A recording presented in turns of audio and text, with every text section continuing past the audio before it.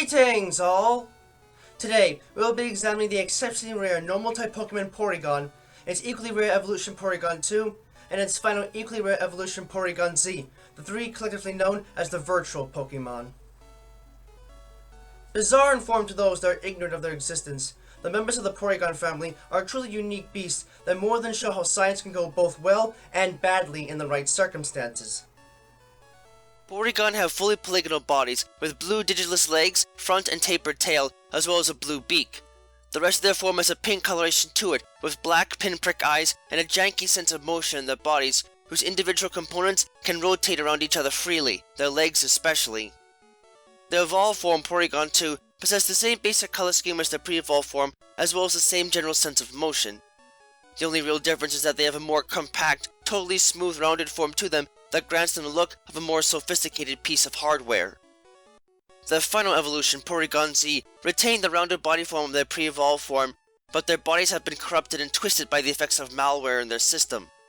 As a result, their entire body is tilted awkwardly to put the tail beneath and pointing below them instead of sticking up, and their head now floats detached from the rest of their body and is flipped upside down, their former neck now existing as a horn, with large twin yellow-ringed eyes with black pupils. Although they are commonly billed as the world's first artificial Pokemon, the members of the Porygon family are actually among the more recent additions to this artificial group. It is true, however, that they are the first Pokemon created through computer technology. As every person familiar with computers and robotics in general knows, motions and actions seen within living organisms can in fact be replicated by taking them down all the way to a code or basic command. In the case of current computer technology, this common code is referred to as binary. By implementing certain lines of code in a sufficient amount of time, a machine can replicate and even improve upon the actions of a living thing, even to the point of thinking like one. In the mid-1990s, a group of researchers working under Silphco decided to attempt to create a computer program that could not only think and act like a living creature, but could also live outside of a computer module, all in the hopes of creating a Pokemon that could enter into and explore space. By combining the efforts of the world's greatest programmers with recent advances in virtual reality and primitive 3D printing technology, in 1996, these researchers were able to create what was arguably the single greatest advancement in computer technology to ever be created at the time: Porygon. Porygon, in stark contrast to other artificial Pokemon like Magnemite or Voltorb, in its evolutions, are able to exist in the real world as pure normal types because they were essentially built from nothing but computer code. While the computer-based construct gives them access to an interesting array of moves, including Recover, Psybeam, Signal Beam, and Zap Cannon, the two moves that make Porygon and the evolutions truly amazing are the Conversion and Conversion-2 techniques. These two techniques play off of the original programming of Porygon, which was designed to be adaptable to nearly any type of computer system, by allowing the user to change their type in response to certain attacks. Conversion allows the user to change the type to match the type of one of their known moves, granting the move in question a boost in power if it's an attack. Conversely, Conversion-2 changes the user's type into one that is either resistant or immune to the type of attack it was last hit with. In addition to these moves, Porygon and the evolutions can potentially possess the Traceability as a base ability, a product of them having blank data files in the ability category and thus copying the ability of whatever opponent they are faced with, the Analytic ability as a hidden ability if their coding is actually inputted correctly, or as their other base ability, the Download ability, which only they and Genesect can possibly have. In essence, this particular ability works to capitalize on the opponent's weaknesses by raising the creature's attack stat when the opponent's defense is lower than the special defense stat, and raising their special attack stat in the opposite case. Moreover, every member of the Porygon family, because they were designed individually as final evolutions, are all able to learn the Hyper Beam and Giga Impact attacks in some fashion or another. All in all, the members of the Porygon family are built to play both an impressive offensive and defensive game in almost every situation, making trainers lucky enough to obtain one better off than most. Though it is noted that they are not always the best of fighters in every sense when it comes to their base stats alone. As with the case of Porygon-Z, these creatures are a bit on the frail side and can't offer much in the way of defense, physical strength, or stamina. But they are at least decently fast and can deal immense damage with their special attacks, the base special attack and speed stats being above average for a fully evolved normal type Pokemon, in turn possessing the highest base special attack stat out of all normal type Pokemon, tied with Drampa, and making them a creature not worth ignoring under any situation. Since Porygon were the first member of their family to actually be created, the creatures themselves are technologically obsolete and outdated, and are among the simplest and most basic in terms of their power and overall combat abilities. Porygon are able to transfer the physical form into a computer as a stream of binary in a fraction of a second, granting them free access to the digital world surrounding them. While in recent times this has made them effective at searching for suspicious data, unfortunately, this has also made them a popular choice for hackers, as they can easily infiltrate unprotected systems to deliver nasty viruses at will. This is due to the fact that Porygon are not specifically equipped with firewalls, but are nonetheless immune to basic computer viruses, thus enabling them to act as carriers. Porygon are essentially reliant on nothing for survival, not even requiring air or a proper degree of pressure to exist. It comes as no surprise then that many Porygon were bought by NASA shortly after their creation for use as exploration drones in outer space.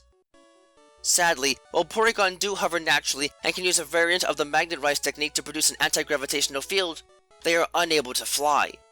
This is further exacerbated by the fact that Porygon refuse to go into space at all, an error caused by a fault in the logic code that prevents them from recognizing outer space as physically existing, and therefore traversable. This logic fault was corrected in the Porygon2 program, but the correction led to its own faults as well. What makes this issue and similar ones particularly difficult to deal with is that Porygon cannot be reprogrammed by current technological means. When the original Porygon was created, it was encapsulated in a copy-protected data file, which keeps others from activating or otherwise altering the program code of Porygon without an authorization code, in order to prevent rival researchers from stealing the project. This data file was never removed from subsequent generations and, while it does prevent anyone from simply hacking together a virtual reality simulator and downloading a Porygon for their own use, it also means that Porygon are impossible to improve upon without the use of digital evolution. Since the copy-protected data file that Porygon are stored in prevents direct alteration of their code without authorization, Silphco had to find an alternative way of upgrading Porygon to make them more useful for space exploration and planetary development purposes, as this was, without a doubt, the most promising application at the time, and their initial form failed to be able to communicate and survive for very long on the confines of space. As a solution, Silphco began producing a bizarre product known simply as the Upgrade. Although they are expensive to produce and only activate when exposed to the energy fields found in trading machines, these small items effectively allow Porygon to evolve by adding on to their programming instead of just altering it. In the upgraded form, Porygon2 possess a smoother body form thanks to the application of subdivision surfaces, which allow them to gain access to a defense code technique, and gain both stronger offenses all around, including the ability to naturally learn the devastating Hyper Beam attack, a trait also possessed by Porygon-Z, and far stronger defenses due to the addition of a potent firewall, subsequently negating their black market use as a computer virus carrier. In addition to enhanced combat abilities, the upgrade enhanced the logic code of Porygon2 by enabling something that, at the time, was wholly experimental and widely believed to be too dangerous to try: artificial intelligence with free will. This controversial power was seen by Silphco's top researchers as the only solution to the logic code error that prevented Porygon from recognizing space as existing. If they were granted the ability to think freely and therefore learn new things, then they could reasonably be taught to recognize space as existing. As it turns out, the researchers were correct in their assumptions and, thanks to the efforts, Porygon2 became the first man-made Pokemon to ever travel through space. Unfortunately, the programming was not enough to enable flight in near-zero gravity, causing Porygon2 to fall short of expectations once again. The addition of free will had one other strange side effect that, although not surprising to normal people, made many of the upgrade's creators skittish for a long time. While the addition of this programming allowed the creatures to learn things on their own, occasionally, Porygon2 would exceed their programming and perform actions thought to be otherwise impossible and remember things that they didn't even need to know to perform their assigned duties, even going so far as to develop a special language that only they and other Porygon relatives can actually understand. Today, however, this is simply recognized as a result of free will and is not looked at with much fright anymore, mainly because Porygon2 tend to be quite friendly and are rarely ever deemed a threat to natural life forms. While Porygon2 was a major improvement over its predecessor, and Silphco had no real interest in creating another evolution for it, there are others out there that thought that the Porygon project had barely tapped its true potential. From what available information tells, one of Silphco's rivals decided to go ahead and produce their own version of the upgrade item, despite the fact that the process had effectively been trademarked by Silphco. While no company has come forward yet to admit to this crime, the production of this second upgrade, referred to by Silphco as the Dubious Disc, changed the Porygon project forever by allowing the creation of a new evolution, Porygon-Z, if it can truly be called an evolution, their name in fact being a corruption of the Porygon2 file name brought on by the Dubious Disc's destructive programming. According to anonymous sources, this false upgrade was designed to allow Porygon-Z to go beyond space and travel into alternate dimensions. To do this, however, the programming for Porygon2 would have to be cracked and completely rewritten to allow for new visual and physical perception programs. As a way of avoiding the copy-protected file that Porygon and Porygon2 are encapsulated within, the engineers that created the dubious disk made the upgrade in the form of a super powerful malware program designed to infect the operating systems of Porygon2 instead of merely just adding to them. Porygon-Z was the ultimate result of this devious action, but, like its predecessors, it too failed to meet its expectations, this time primarily due to incompetent programming and resulting defects in the programming of the malware. The malware program contained within the dubious disk physically damages the protective firewall surrounding Porygon2, lowering their defenses upon evolution in response to becoming overly infected. On the other hand, the movement speed and offenses are heavily strengthened, particularly their special attack stat. This was intended to allow Porygon-Z to open up wormholes with a Hyper Beam attack when fired in the right manner, and for all intents and purposes, it is possible that Porygon-Z may indeed have this power. However, what the rival company responsible for this abomination didn't realize was how badly the flawed malware would disturb the free will program of Porygon2. As a result of their compromised operating systems, Porygon-Z demonstrate highly erratic behavior and are very difficult to work with for research purposes. Furthermore, if it were not for the fact that they still possess a firewall, albeit heavily compromised, they would probably infect everything they touch with malware. Their altered mental functions, however, do allow them to learn the nasty plot technique and become one of only a select few Pokemon capable of learning the bizarre Trick Room technique naturally. In terms of overall potential, Porygon-Z fail to be of much use in the lab, but are exceptionally aggressive on the battlefield, making them extremely valuable fighters that can effectively devastate nearly any type of opponent that dares to face them in battle. I was never all that big into technology, but I have to give props to the people that originally created Porygon for the sheer marvel that they are.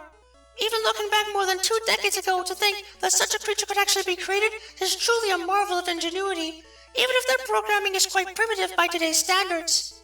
They can more than prove to be a bit on the quirky side, but I think that just adds to their charm in a way. Moreover, their conversion and conversion 2 techniques are incredibly unique and really help to potentially make them a serious threat in battle when applied correctly. The fact that they are the only 3-stage family that can evolve via evolutionary item only makes them all the more impressive, since it means that they can be fully evolved at a very young age. But this does come with its own interesting quirks and limits. Porygon2 just look totally and utterly adorable compared to the original model, with their smooth, streamlined forms. They almost look like a children's pool toy, to be perfectly honest, and that's totally okay. They're a lot sturdier than they look for sure. Porygon-Z, on the other hand, are a bit of a trade-off, as while they lose a significant chunk of their defensive attributes in evolving, they gain immense offensive power and can make Swiss cheese out of just about anything around them with their Hyper Beam attack. This can make them a bit much to handle in a lot of cases, as can their erratic movement, but both of these newer models have their own strengths and weaknesses that can be taken advantage of in battle.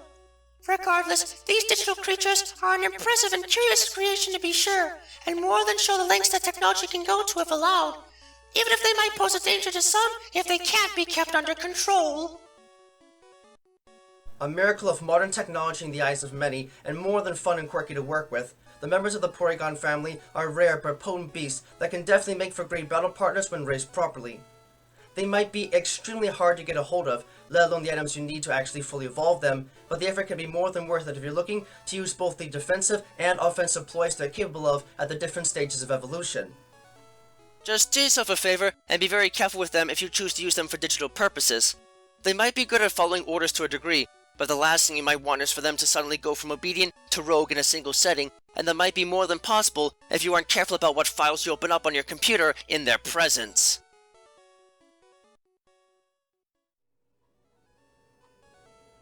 Thank you for watching this video. It brings me great joy to be able to speak to you all in the world each and every time we meet like this, to explore the many different facets of both the world of Pokemon as we know it, and the world as we live it, through every adventure we have with Pokemon by our side. If you'd like to, please subscribe, ring the bell and all that jazz, to keep yourself updated on content uploads and other materials of the like. You can also follow me on Twitter if you'd like to know right away when something new is uploaded, and my written works, from which most of this is based on, can be found on DeviantArt. Links to both can be found in the description down below. Remember that the world of Pokemon is a place full of wonder and mystery, and you never know what to expect. So, stay vigilant, keep watch, and always be prepared for the unexpected. Until next time, trainers and friends of all sorts, have a wonderful time.